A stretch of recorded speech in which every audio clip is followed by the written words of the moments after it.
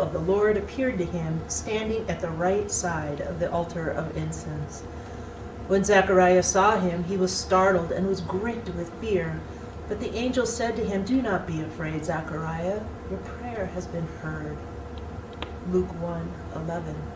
And from Luke 2:8, an angel of the Lord appeared to them, and the glory of the Lord shone around them, and they were terrified. But the angel said to them, "Do not be afraid. I bring you good news that will cause great joy for all the people." May God add his blessing to the reading, hearing, understanding, and living of Scripture. Thanks be to God. Good morning, church, and happy Mother's Day. Welcome to our time together of word, message, and prayer. I hope you all had a great week and that you're enjoying the arrival of spring in your neck of the woods. As for spring here in the mountains, it means the returning of spring flowers and also the return of the critters. In fact, early last evening when Ezekiel and I were out trail walking where I live, Zeke, who always is about 10 feet or so in front of me, being a dog and all, comes to a complete stop and sits down and keeps looking ahead with a very low growl thing going on. My first instinct was, oh my gosh, he's found the skunk again, which he's very good at, I might add. But within a few seconds, I caught up to him only to discover that right in front of us, right in the middle of the trail, was Mr. Bear. This isn't the first time we've seen this guy. As you can see here in this photo, he's been to our back door a few times, but this time we're in his turf. And I, for one, was terrified, and I think Ezekiel was as well. Here's this huge bear about 15 to 20 yards in front of us. We were so close I could smell him, and Zeke is in protect mode. And so, filled with adrenaline and with a racing heart, I very quickly put the leash on Zeke and I start backing off, with Zeke and the bear still having their stare down. We continue today with our series of finding God in our fears. Those times when life seems exceptionally chaotic and fearful, times when our anxiety levels go through the roof, like when you run into a bear on your walk. Times when fear is good. I mean, can you imagine not being afraid of a bear? Experiencing fear isn't a new thing. Since the beginning of time, we humans have experienced fear, sometimes for no good reason at all, like being afraid of a mouse. I mean, seriously, I think we could probably take a mouse. Or other times when we are in fearful situations as the result of acts of nature, or the fears we experience when events or circumstances related to our personal choices or the brokenness of others are sometimes fueled and we become fearful. I mean, there's just a lot going on in our world that can make our hearts beat just a little bit faster, right? So fear just seems to be a part of life. But the big question is, how do you respond to it? We talked last week a bit about how the word fear in the Bible has two meanings. One that means to pay attention, to be in reverence, to be respectful and in awe. That type of fear is the good, natural, and healthy kind of fear that keeps you alive and wondering. The other kind of fear is the fear of harm, one that makes you go, uh-oh. Like when you were a kid and you go into your classroom and you get settled and then the teacher says, "Okay, everyone, take out your pencils. Today we're going to have a pop quiz." Or when the phone rings in the middle of the night and you fear the worst. Or when your mom gives you the look. You know, the look, the one that likely meant you were going to be or were in trouble. So how do you respond? Do you lash out? Do you become paralyzed, or do you retreat like Zeke and I did? We humans also have fears that are unfounded or even just plain weird, like spiders. I, for one, do not like spiders at all. I just don't. For no reason at all. They just creep me out. So tell me, what are you afraid of? Write it in the chat box. Let everybody know. What are your fears? Like, are you afraid of snakes? Or heights, or perhaps enclosed spaces? Columnist Dave Barry wrote, "All of us are born with a set of instinctive fears. Fear of falling, fear of the dark, of lobsters, of falling on lobsters in the dark, or speaking before a Rotary Club, and of the words, 'some assembly required.'" This just cracks me up. But then there are serious fears too, like the fear of change, the fear of making a decision, or the fear of telling the truth. When your fears creep into life, how do you respond? This all reminds me of the show Fear Factor that was on a few years ago, which you might remember. It was a show where they would take contestants and find out what they were most fearful of, and then challenge them to face their fears with the possibility of a nice sum of money awarded to the person who did the best. And let me tell you, some people had to do some really scary and really gross stuff on this show. Like, I remember one guy who was afraid of heights had to jump out of a 12-story window onto one of those squishy landing beds. And another who was afraid of snakes had to bob for apples in a tub of snakes. Or one guy who, like me, was afraid of spiders, had to let a zillion spiders crawl all over him. Just watching this show made me get anxious. But the thing is it often worked. Like the spider guy who said, "Yep, after that, I wasn't ever afraid of them ever again." The lesson being then, does God want you to respond to your fears with courage and face them down? Perhaps.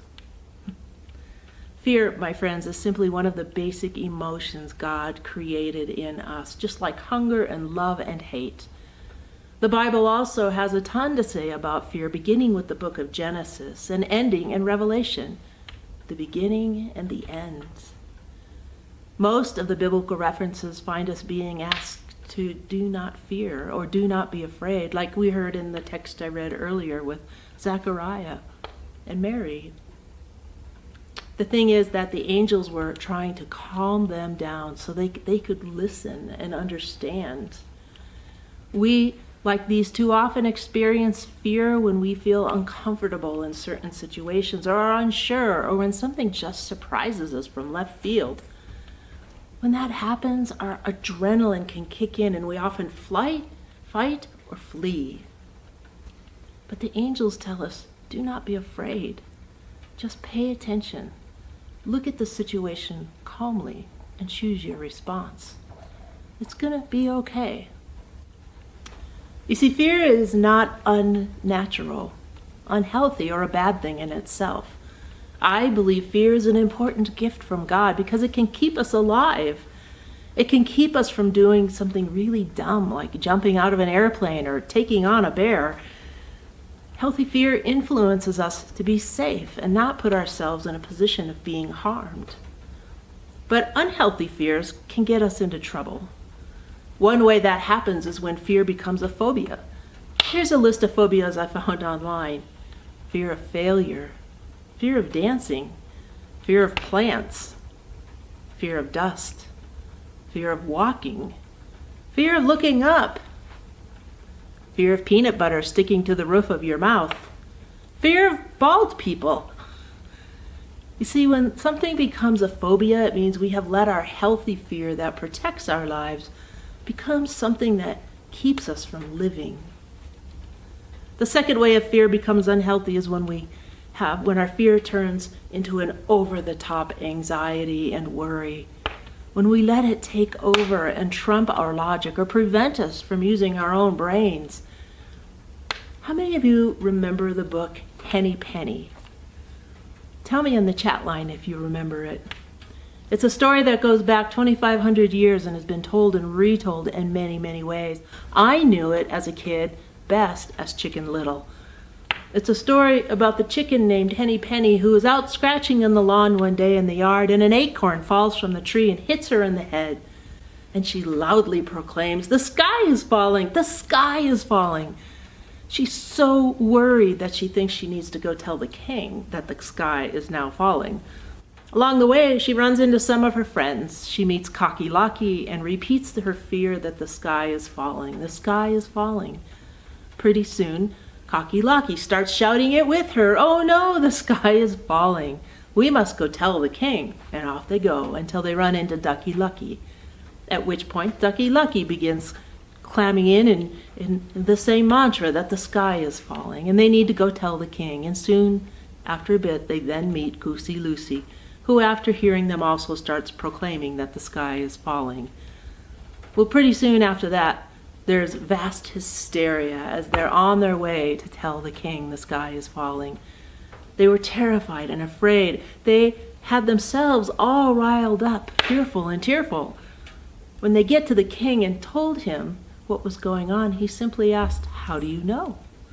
At which point they say, "Well, Henny Penny told me. Well, Cocky Locky told me, and Ducky Lucky told me," all the way down the line, until finally the king said, "Well, let me see what fell," only to discover that it was an acorn stuck in her feathers.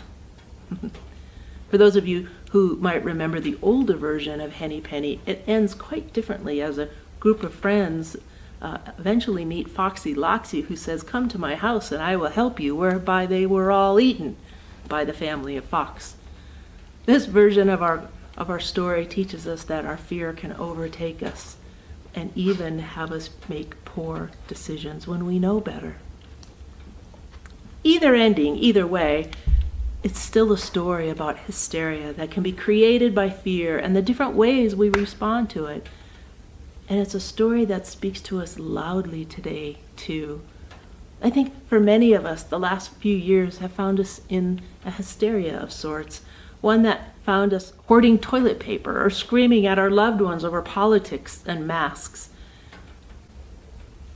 And yet the angels say, "Do not be afraid. Do not be afraid." But how can we not be? How can we not be afraid? The answer is faith. Faith and trust that is so strong that even through our fears, God is found. Isaiah 41 from the Message says it this way: "Don't panic. Don't panic. I'm with you. There's no need to fear, for I'm your God. I'll give you strength. I'll help you. I'll hold you steady. Keep a firm grip on you." God is saying to us, don't be afraid. I am right there with you on this roller coaster called life. I am here to protect you and save you, even if you mess up. I love this. I do. I love this. Even when you mess up. You see, the truth is that God knows you're scared before even you do.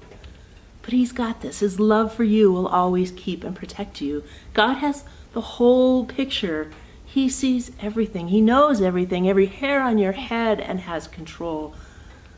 When fear comes and you feel that panic coming, He expects you to stop and think. Use your brain. Think about the situation before you respond. He wants you to remember the angels' voices of "Fear not, I am with you." And know deeply that nothing can separate you from God's love.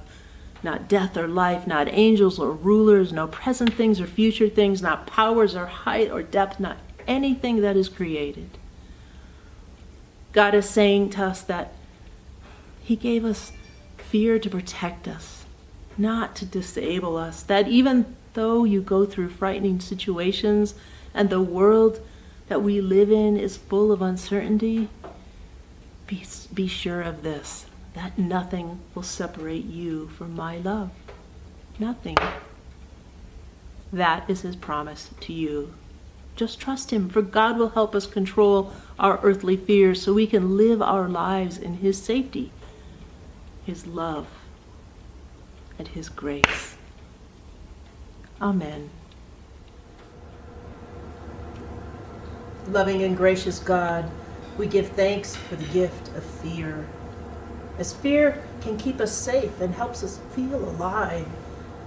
And we also ask your blessing on all of those in our world and in our lives who struggle with fear.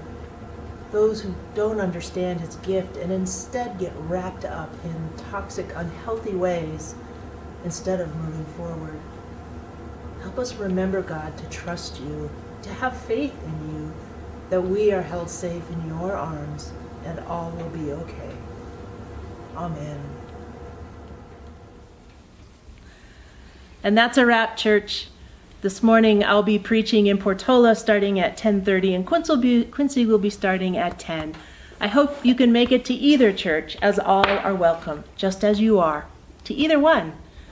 I'll be in Graeagle on Tuesday morning at 9 as usual for breakfast with the pastor at the Graeagle Cafe, and in Quincy at Provisions on Wednesday beginning at 7:30.